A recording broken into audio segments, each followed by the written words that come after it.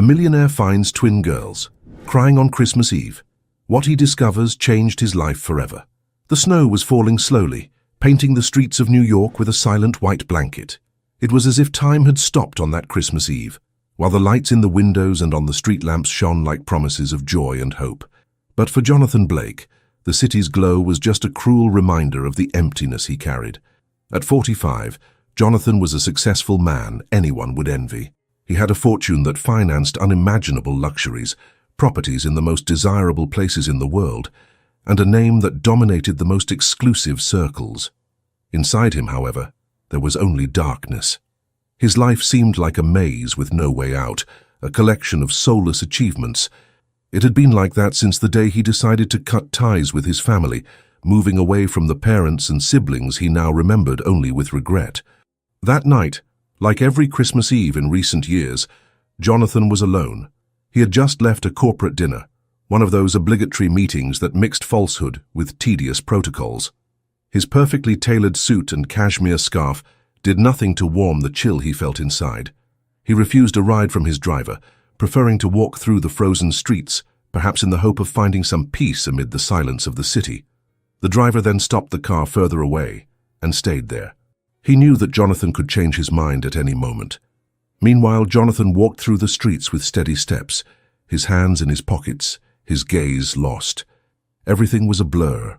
The lights on the buildings, the distant sound of laughter and Christmas carols, the sweet aroma of roasted chestnuts being sold from makeshift carts. Jonathan hated Christmas.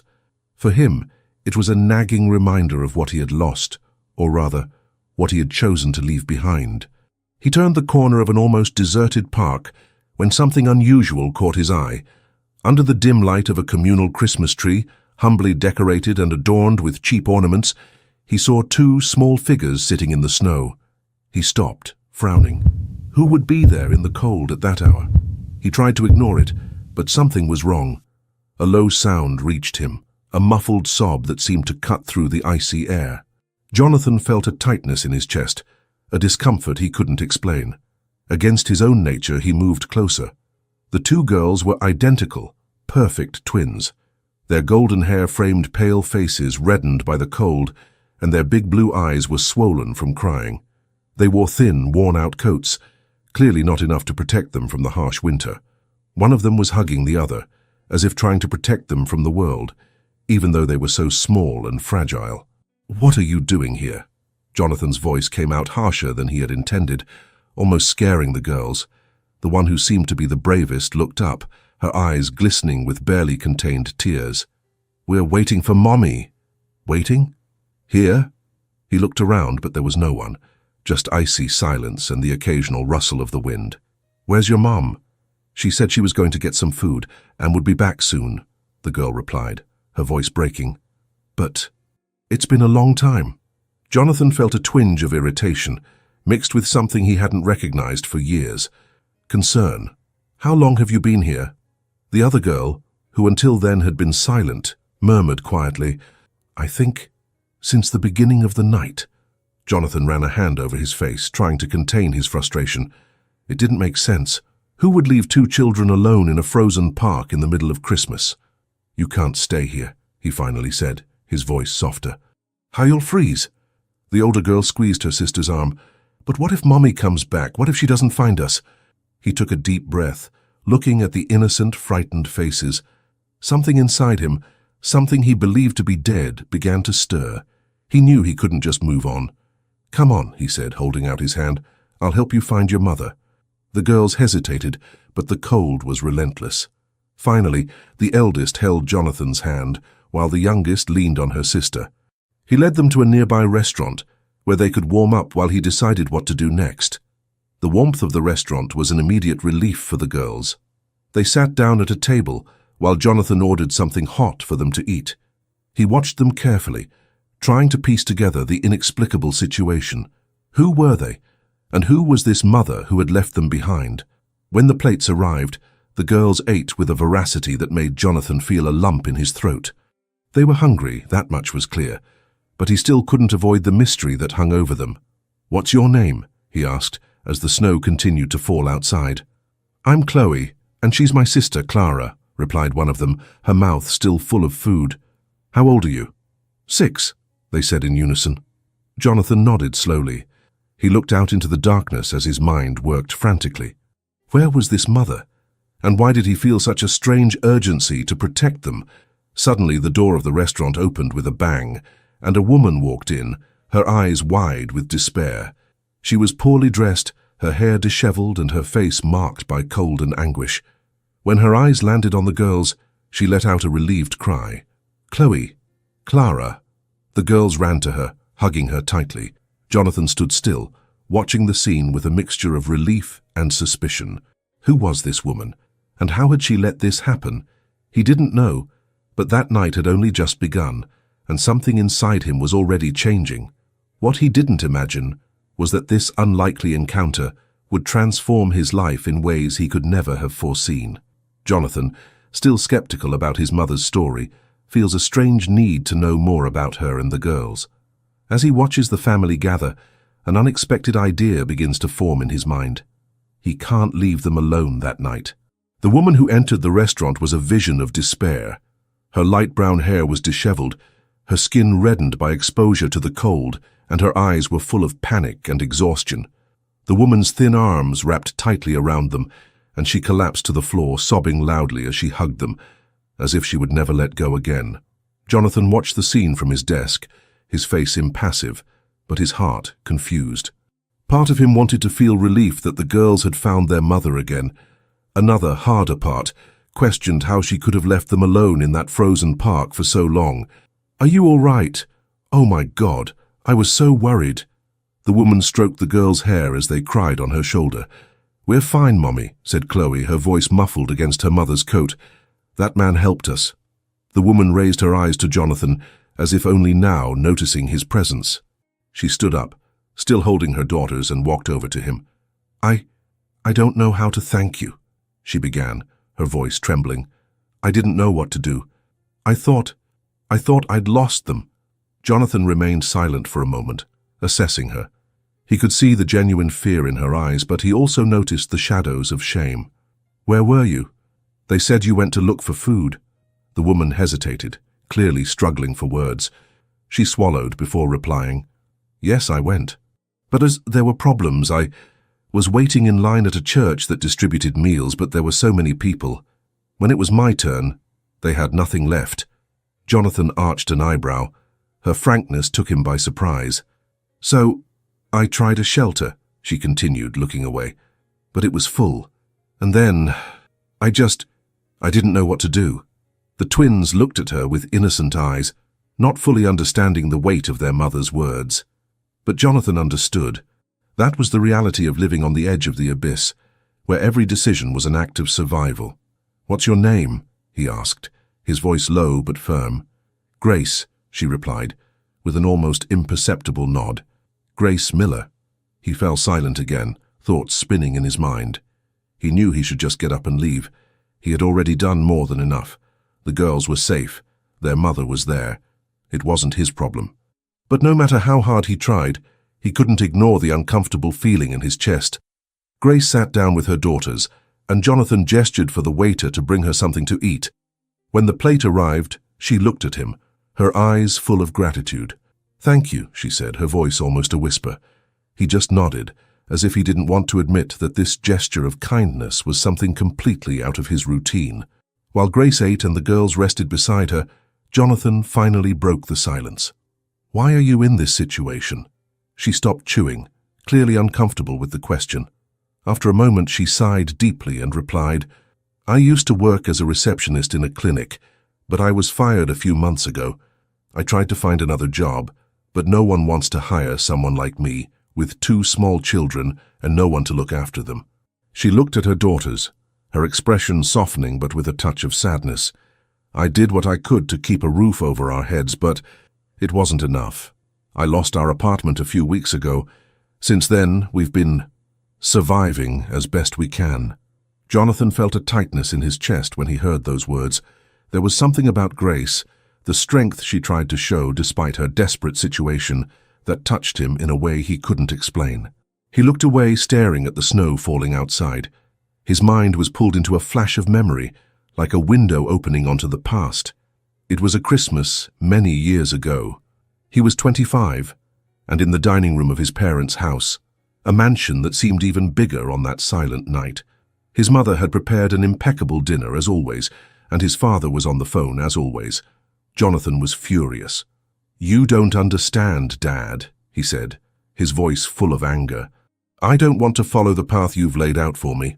I'm not you." "You are my son, Jonathan," replied his father, his voice as cold as ice, "and you will do whatever is necessary to honor this name." Jonathan stood up abruptly, his chair creaking against the floor. "Honor the name? You don't even care about the family, just your damn company." His mother tried to intervene, but Jonathan was already leaving. It was the last time he spent Christmas with them. The memory disappeared as quickly as it came, leaving Jonathan with a bitter taste in his mouth. He blinked, turning back to the present, where Grace was watching him with a curious but cautious expression. "I'm sorry," she said, as if she felt she was asking too much. "I don't know why I'm telling you all this. You've already done so much for us. I'll never forget what you did for my girls today." Jonathan wanted to say something. He wanted to say that she didn't need to apologize, that he understood more than he seemed to, but the words got stuck in his throat. He looked at the girls, who were now dozing in their mother's arms, and then something inside him, a spark of something he thought he'd lost a long time ago, began to grow. "You can't spend the night in the street," he said, finally breaking the silence. Grace looked at him, surprised. I don't know what to do. I have nowhere to go." Jonathan took a deep breath, as if he were making the hardest decision of his life. "I know what to do, but you'll have to trust me." Grace hesitated, looking at him, then at her daughters. Why are you doing this?" He didn't have a clear answer. He just knew he couldn't leave them alone.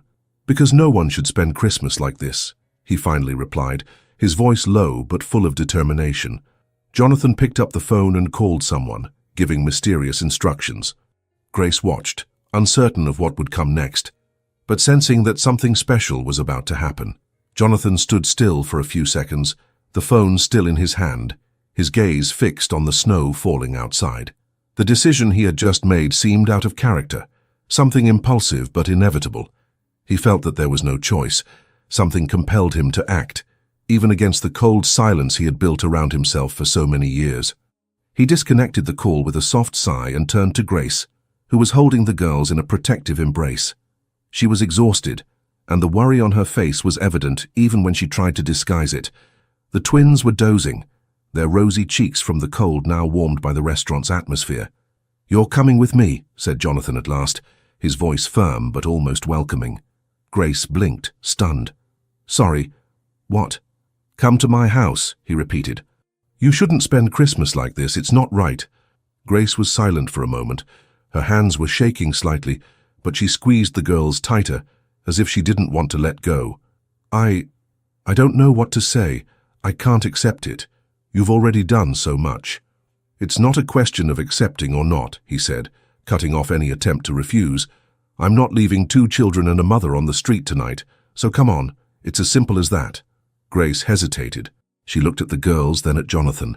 He had an expression she couldn't decipher, something between determination and something deeper, as if there was a pain he was trying to hide, but which was somehow reflected in the unexpected kindness of that gesture. "Okay," she murmured almost voicelessly. Jonathan motioned for her to follow him. He paid the bill quickly and led the 3 of them out, stopping only to call his driver, who followed him when he saw him with the 2 girls and was waiting in a shiny black car across the street. Grace hesitated at the sight of the luxurious vehicle.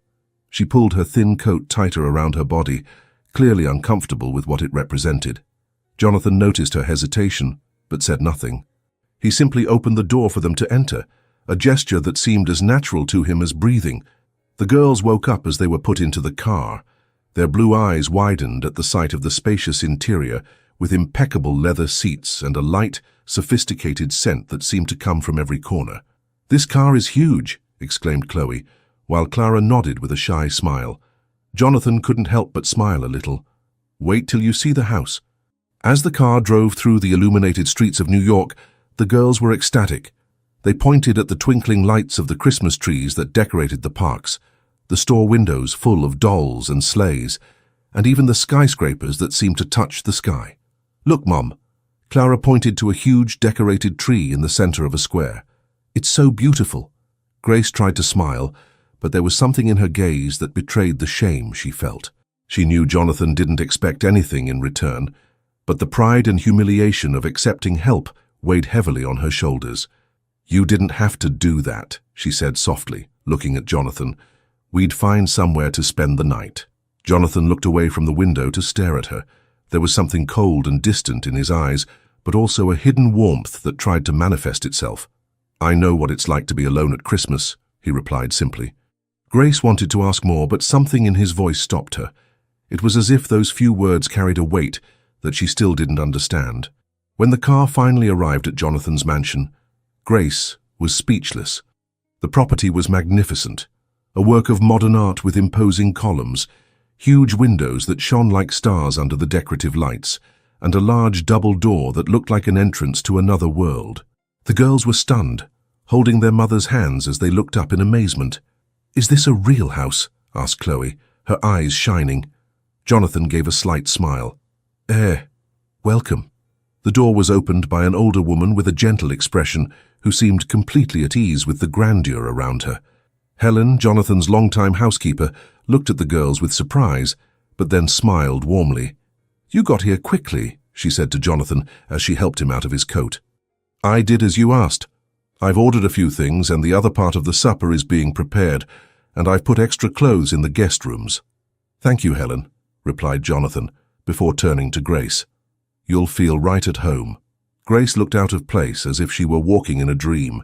She wanted to protest, to say it was too much, but the girls' joy as they explored the main room was impossible to ignore. They ran from one side to the other, enchanted by the huge Christmas tree that decorated the center of the room, adorned with golden lights and crystal ornaments. "Can I touch it?" asked Clara, pointing to a shining star on the lowest branch. "Of course," replied Jonathan. She smiled shyly before touching the ornament, as if it was something magical. Grace watched everything with eyes full of tears that she struggled to hold back. Finally, she looked at Jonathan. "Thank you for doing this." He was silent for a moment, his gaze fixed on the softly crackling fireplace.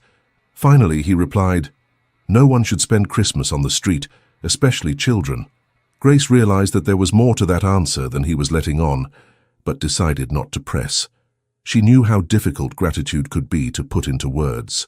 While Helen showed the girls to their rooms and helped Grace with the warm clothes provided for the evening, Jonathan stood alone in the living room, staring at the Christmas tree. Chloe and Clara's faces were still fresh in his mind.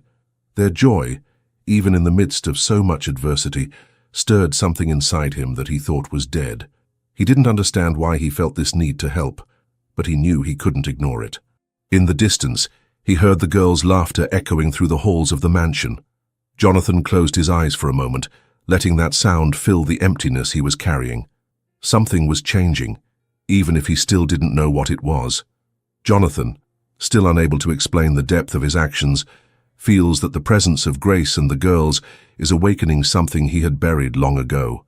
However, what he will do with these newfound feelings is still a mystery. Jonathan Blake's mansion, which until a few hours ago seemed more like a cold, silent gallery, now pulsed with a different energy. The girls' laughter echoed through the corridors, mingling with the occasional sound of Helen's instructions, as she did her best to maintain order while overseeing the preparations. Jonathan, for his part, watched from a distance, an indecipherable expression on his face. He had the feeling that he was living a dream, one that he himself didn't know how it had started. Chloe and Clara's innocence, their wonder at the Christmas tree lights, and their uncomplicated joy made something inside him shudder. It had been so long since he had felt something so pure, so genuine, that he hardly knew how to react.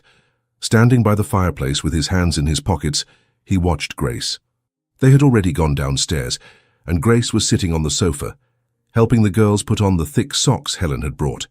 Her face still bore marks of tiredness, but there was a slight smile on her lips as she talked to her daughters. For the first time that evening, Jonathan realized the strength this woman carried. "Mr. Blake," Helen called out as she approached, "everything is in order. Dinner will be served in an hour. He nodded, but his mind was already elsewhere. I'm going out for a while, he announced suddenly, reaching for his coat. Helen arched an eyebrow. Going out? At this hour? I've got some things to sort out. Without waiting for an answer, Jonathan left, leaving Grace confused, and Helen, as always, ready to manage any situation. Jonathan drove alone through the brightly lit streets of New York, something he rarely did. He wasn't sure what motivated him, but the idea of doing something special for those children and for Grace drove him on. He stopped at a department store that was still open, something unusual for Christmas Eve. The place was almost empty, except for a few tired employees and the few customers who had left their shopping to the last minute. He walked through the aisles, choosing carefully. 2 identical dresses in soft, shiny fabric caught his eye for the girls. Shoes that matched, new coats, and toys. He didn't know what 6-year-old girls liked, so he picked up a doll, a teddy bear, and a puzzle. For Grace, he hesitated. He didn't know her well enough to know what would be appropriate, but he ended up choosing a simple but elegant red dress that seemed to reflect the dignity he saw in her. He also added a warm coat and a pair of gloves. When she passed a shop window displaying a delicate piece of jewelry, she stopped. It was a small necklace with a star-shaped pendant. Something about it felt right.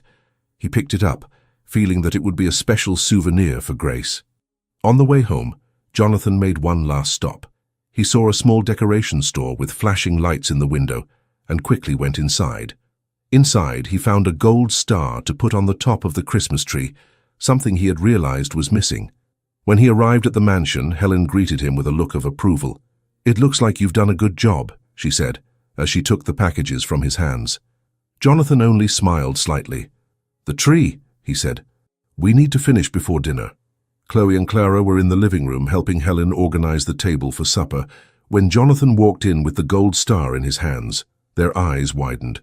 "Is that for our tree?" asked Clara, running up to him. Jonathan nodded and the girls started jumping for joy. He helped them climb onto a small stool to place the star at the top of the tree. When they had finished, Chloe looked up at him with a smile that lit up her whole face. "It's perfect," she said. Grace watched from afar, her heart squeezing. That night was something she had never imagined for herself and her daughters. Jonathan seemed so distant and reserved, but his actions said much more than he let on. Finally, supper was ready. The long dining room table, which had remained unused for years, was now full of warm, colorful dishes. The girls were radiant in their new dresses, and Grace, who had been reluctant to accept the clothes Helen had brought her, looked almost uncomfortable in her own reflection in the mirror. "You look beautiful," said Helen, adjusting the star-shaped necklace around Grace's neck before leading her into the living room. As they all sat down, the moment seemed almost surreal. Grace tried to hold back tears as she watched her daughters laughing and eating, their sweet voices filling the space that had once seemed empty. "You didn't have to do that. But since you did, I want to thank you from the bottom of my heart," Grace said to Jonathan at one point, her voice almost a whisper. "I know," he replied simply. After the meal, the girls asked to sing Christmas carols. Jonathan hesitated, but Helen, smiling, brought out an old songbook she had found somewhere in the house. Chloe and Clara began to sing, their pure voices filling the room with a joy that seemed impossible. "Come on, Mommy." Clara pulled Grace, who eventually joined them. Jonathan sat there watching in silence. There was something deeply touching about that scene, something that seemed to undo the years of ice he had built up around his heart. When Chloe and Clara had finished, they ran up to Jonathan. "You have to sing too," Chloe insisted, holding his hand. "Me? I'm no good at it," he replied, trying to avoid it. "Please." The look in their eyes was impossible to resist. He eventually gave in, and the girls' laughter when he started to sing was the most joyful sound he had heard in years.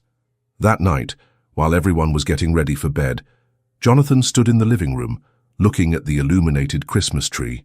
He felt something he hadn't experienced for a long time: peace. But along with this peace came a restlessness.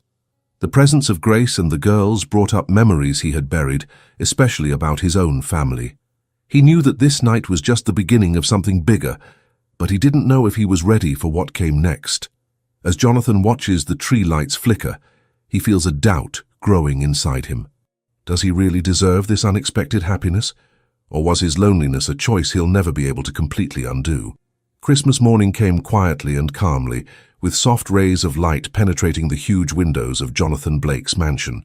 The cold still dominated outside, but inside the house there was a welcoming warmth, the result of the laughter, songs and unexpected connections of the night before.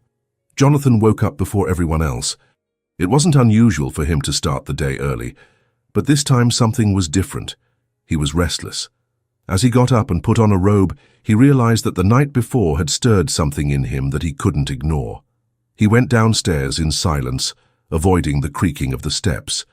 In the main room, the large Christmas tree was still glowing, the lights flickering softly in an almost hypnotic rhythm. Jonathan approached, looking at the presents the girls had opened the night before now scattered on the floor. Dolls, books, and a teddy bear lying on its side, forgotten during the evening's excitement. For a moment, he allowed himself to smile. It was as if life had returned to that house, filling a void he hadn't even known he felt. But soon the smile disappeared, replaced by a familiar weight: guilt. Jonathan sat down in an armchair next to the fireplace and ran his hands over his face. Old memories began to invade his mind, images of a past he had buried as deep as possible. It was Christmas many years ago, and Jonathan was still an ambitious young man, a recent Harvard graduate. The dining room of his parents' house was decorated with refinement, as always, but there was a tension in the air. His father, Richard Blake, a business tycoon, stared at him coldly. "Do you think you can just abandon everything we've built?" Richard's voice echoed. "I don't want your life, Dad," Jonathan replied, his own voice filled with anger and frustration. "I want to build something of my own, something that means something to me." "Mean something?" Richard laughed bitterly. "You only have the luxury of dreaming because of what I've built. Make no mistake, Jonathan, without this name, you're nothing." His father's words were like stabs.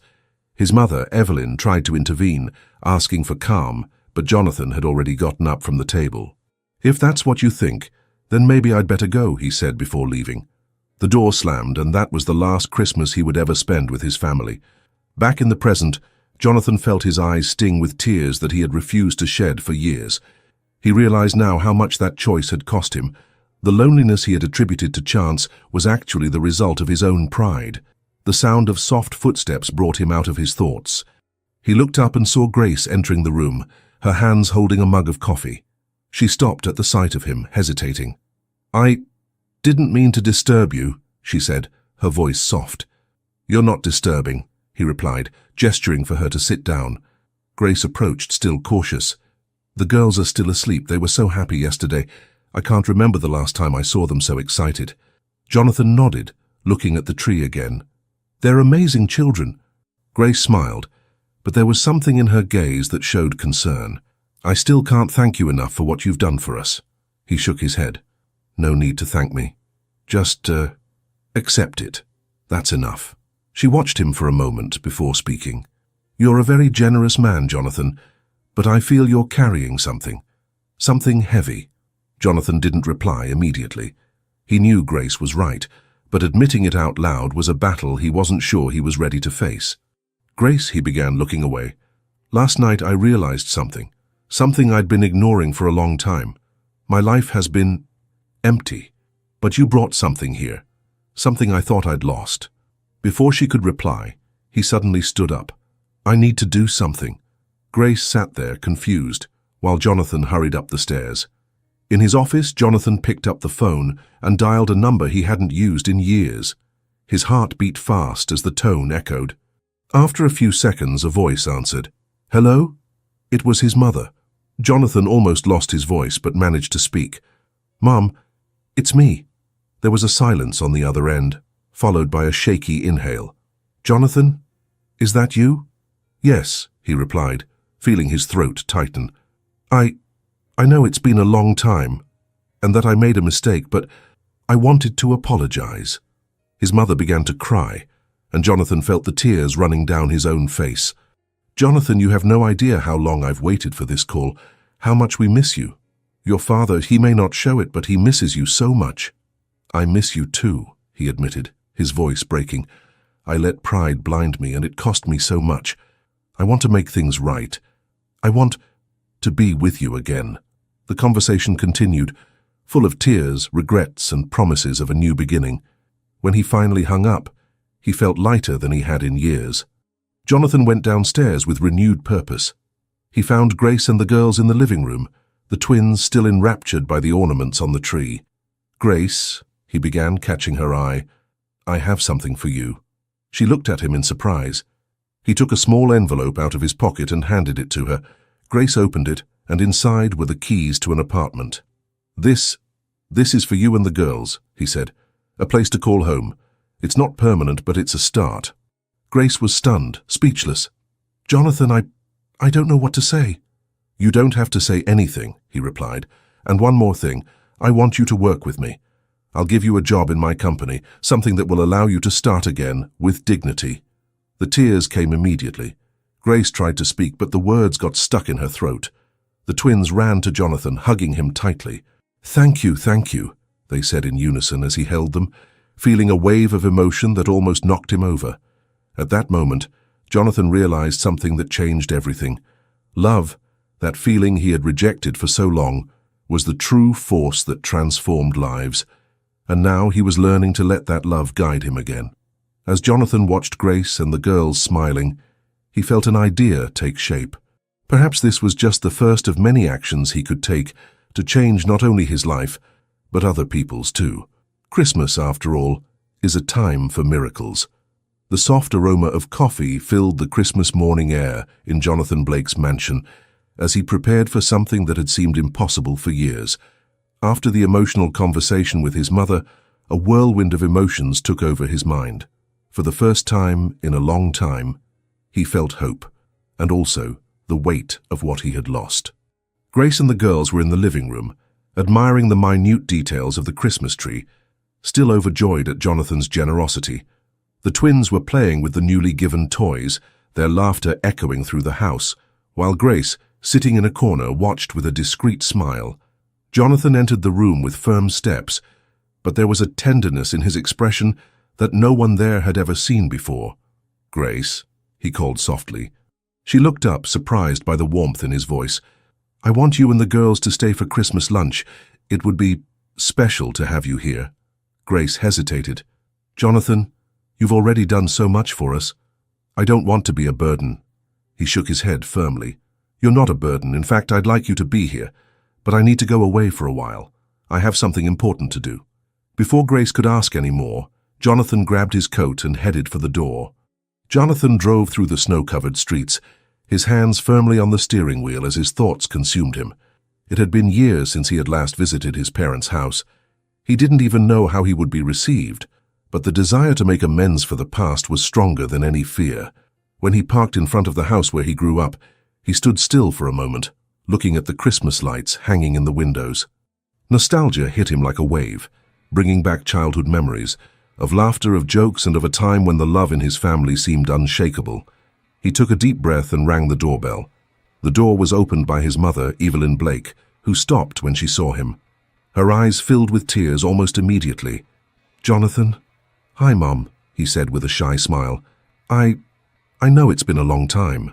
Evelyn pulled him into a tight hug before he could finish. "How you don't know how long I've waited for this." He returned the hug, feeling the emotion rise in his chest. When they pulled away, he saw tears streaming down her face. "Is Dad home?" Jonathan asked, his voice low.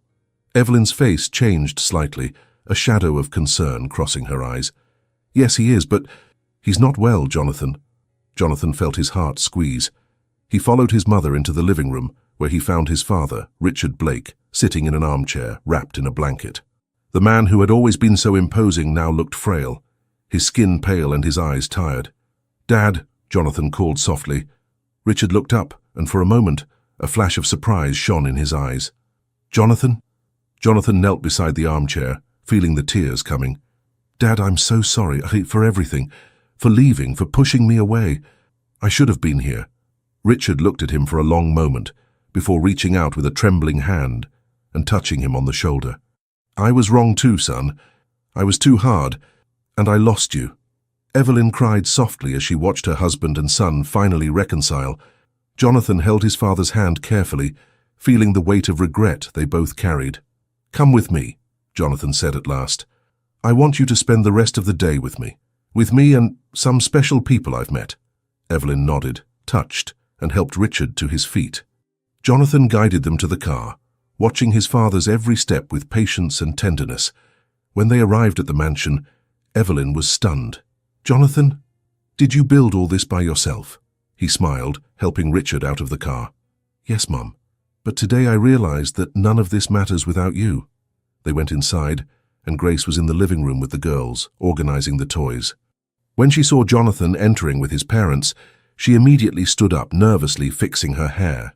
"Grace," Jonathan called out, smiling, "these are my parents, Evelyn and Richard." Evelyn approached, smiling at Grace and the girls. "And who are these lovely girls?" "Chloe and Clara," replied Grace, touching her daughter's shoulders. Evelyn smiled, delighted. "You're beautiful." Jonathan looked at Grace, noticing her discomfort. "Grace and the girls are my guests. They taught me something important, about what it means to share Christmas." Before Grace could reply, the door opened again. Jonathan's brothers began to arrive, accompanied by their families. They were clearly surprised to see Jonathan with their parents. "Jonathan," called his older brother Matthew, coming up for a hug, "you finally decided to come out of hiding." Jonathan laughed, feeling strangely at ease. Soon everyone was gathered in the living room, the children playing while the adults chatted. Jonathan's brothers looked at Grace and the girls, and Matthew finally commented with a raised eyebrow, "So, Jonathan, do you have a family now?" Grace turned red. "Oh no, that's not it. Jonathan he helped us. He saved me and my daughters when we needed it most." She told the story with tears streaming down her face about how Jonathan had found them the night before and given them shelter, clothes, and even a new start. The room was silent as she spoke, and when she finished, Evelyn wiped her tears away with a handkerchief, while Richard nodded in respect. "Jonathan," Evelyn said, her voice breaking, "you've become an incredible man. I'm so proud of you." Helen, who was watching from afar, smiled. For the first time in years, the mansion was full of laughter, love, and hope. And Jonathan, surrounded by his family and his new friends, realized that Christmas had given him something he thought he had lost forever: a home. As everyone gathered for Christmas lunch, Jonathan looked around, feeling complete. He knew that this was just the beginning of something bigger, a new life full of love, forgiveness, and endless possibilities. The sound of voices filling the mansion was something Jonathan Blake hadn't heard for years. The main room was filled with laughter, conversation, and the occasional sound of toys being pushed around by the twins, Chloe and Clara, as they explored the house with the other children.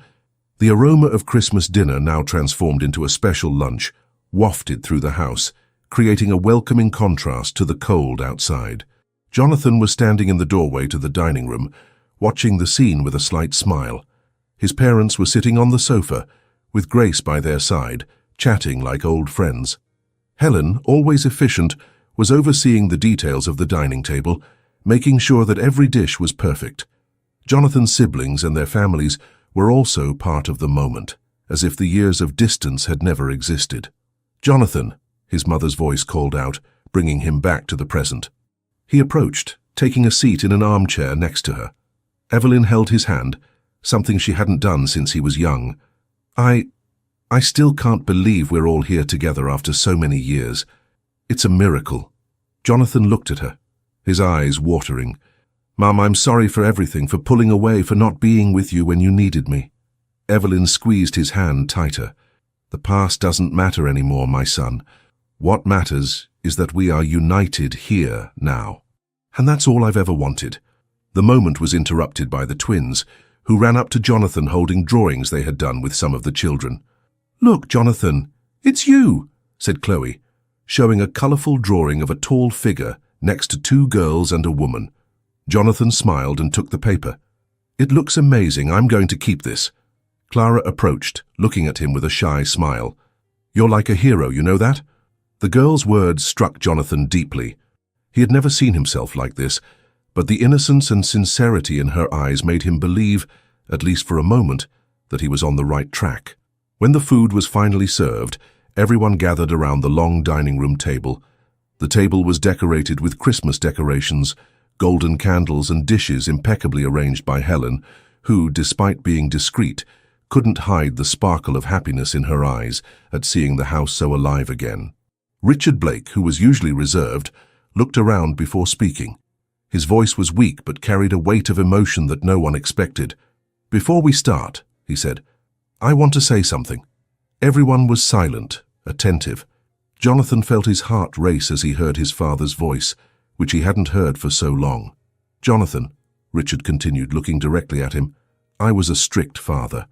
I always demanded more than was perhaps fair, and that's why I lost you." Jonathan tried to interrupt, but Richard held up his hand to make him wait. "I'm not in the best of health," he said with painful honesty, "and over the last few years I've had a lot of time to think about how I was too proud to apologize. But today here I want to say that I'm sorry and that I'm very proud of the man you've become. I could have come to you, but I was too afraid of how you would react. I didn't want any more pain for me and your mother." The words broke something inside Jonathan.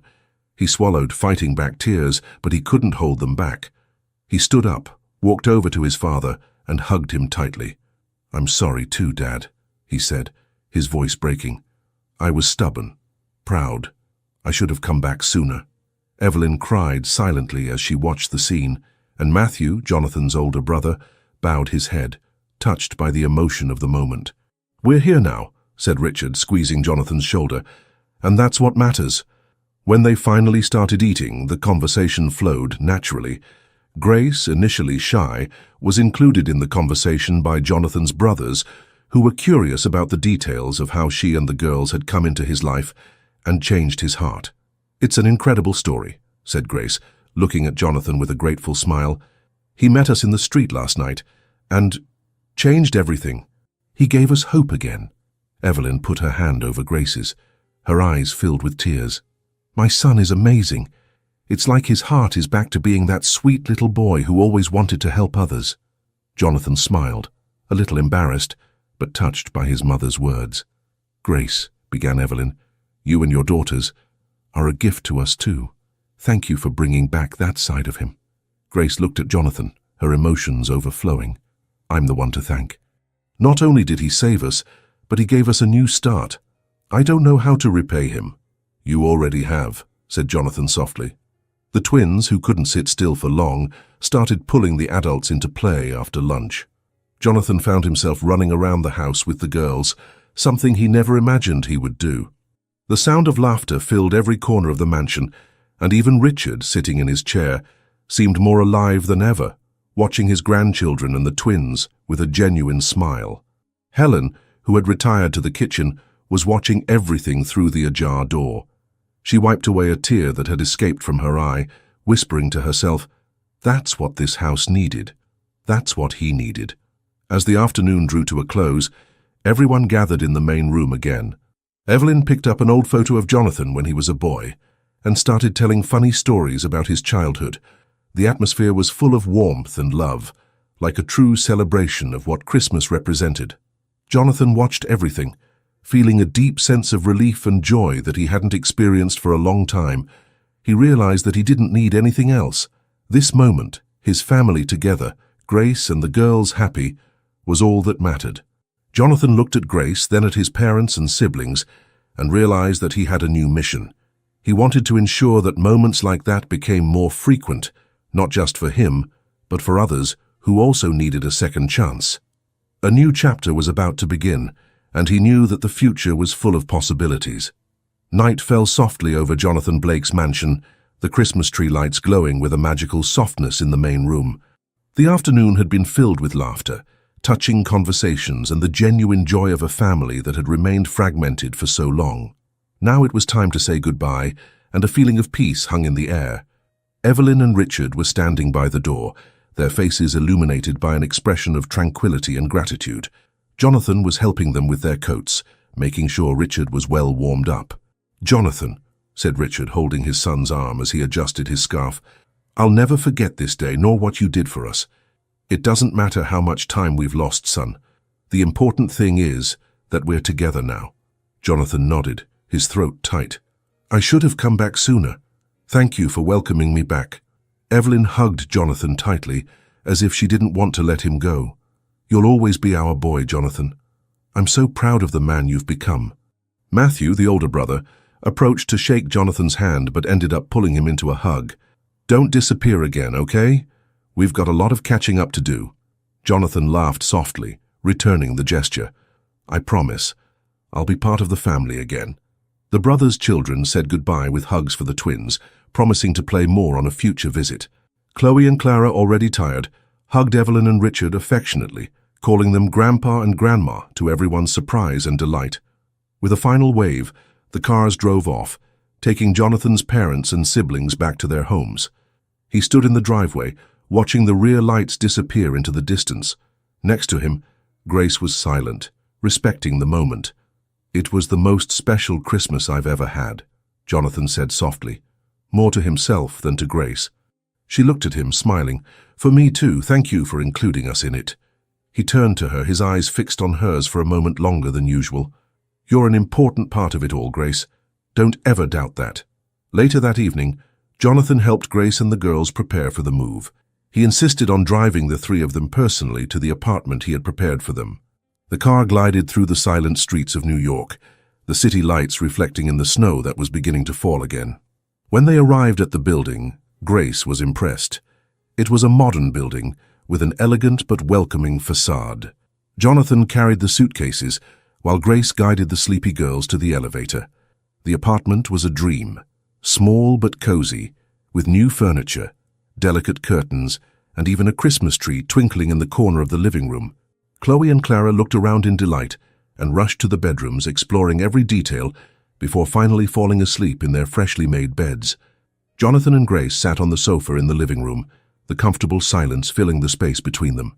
You thought of everything, said Grace, looking around. I can't thank you enough. Jonathan shook his head, his gaze fixed on the carpet. No need to thank me. This is just the beginning. She tilted her head, puzzled. The beginning of what? He sighed deeply, choosing his words carefully. When I met you and the girls that night, something inside me changed. I realized how there are people out there who need help, people who perhaps weren't as lucky as I was. I can't ignore that. Grace watched him intently, her admiration growing with every word.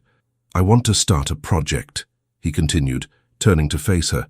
Something to help people in vulnerable situations, homeless people, families like yours. I want to create a place where they can find shelter, food, and a chance to start again, but I can't do it alone. Grace's eyes filled with tears. Are you serious? More than ever, he replied. And I want you to be my partner in this. You know this reality better than anyone. Together we can make a difference. Grace put her hand to her mouth, trying to hold back the tears. Jonathan, I don't know what to say. Of course I want to. It's all I've ever dreamed of, helping people. They were silent for a moment, the weight of the promise between them filling the room. Jonathan looked at Grace, realizing for the first time how incredible she was. Her strength, resilience, and kindness were inspiring. You're an incredible woman, Grace, he said at last. She blushed slightly, looking away. You're amazing too, Jonathan. You just don't realize it yet. Over the next few weeks, Jonathan immersed himself in the project, with Grace by his side. The girls, Chloe and Clara, spent a lot of time at the mansion, while their mother worked with Jonathan, filling the place with laughter and joy. Helen, always observant, noticed the change in her boss with a discreet smile. The atmosphere between Jonathan and Grace began to change. They began to share moments of complicity, exchanging smiles and deep conversations about what motivated them. Jonathan realized that, for the first time in years, he was allowing someone into his heart. Grace also felt something blossom. Jonathan wasn't just a generous man, he was someone who had suffered and found the strength to change. She admired him deeply, and this admiration was beginning to turn into something more. On New Year's Eve, Jonathan, Grace, and the girls organized the project's first action. They took to the streets, handing out presents, blankets, and hot meals to homeless people. The girls were overjoyed, handing out toys and wishing Happy New Year to everyone they met. As the snow fell softly around them, Jonathan felt something he had never felt before: fullness. He looked at Grace, who was standing next to him, helping an elderly woman put on new boots. "Thank you," he said suddenly. She stared at him in surprise. "For what?" "For showing me what love is," he replied, his voice low but full of emotion. Grace smiled, her eyes shining. "You always knew. You just needed a nudge to remember." Chloe and Clara ran up to them, pulling them to another part of the street where more people needed help. Jonathan looked at the girls, at Grace and at the falling snow, and felt that his life had finally made sense. The smile on his face was a reflection of his transformation, from a bitter, lonely man to someone who had found the true meaning of Christmas: love, forgiveness, and human connection. And so, with the snow gently falling and hearts warmed by love and hope, the story of Jonathan, Grace, and the adorable twins comes to an end. A journey of redemption, unity, and touching discoveries that show how Christmas can transform lives. If you were moved by this story and believe in the power of love and human connection, please like and rate this story. This will help more people find this video and feel the same warmth in their hearts that you have just felt. Don't forget to subscribe to the channel and activate the bell so you don't miss any stories like this. Here, we always try to bring emotion, inspiration, and messages that touch the soul. And of course, we want to wish you and your family a Merry Christmas full of love, unity, and hope. May this date be a special time to reflect on the things that really matter. Now click on the next video that appears on your screen and continue to be moved by more incredible stories like this one. We're sure you'll love them. Until next time, and Merry Christmas.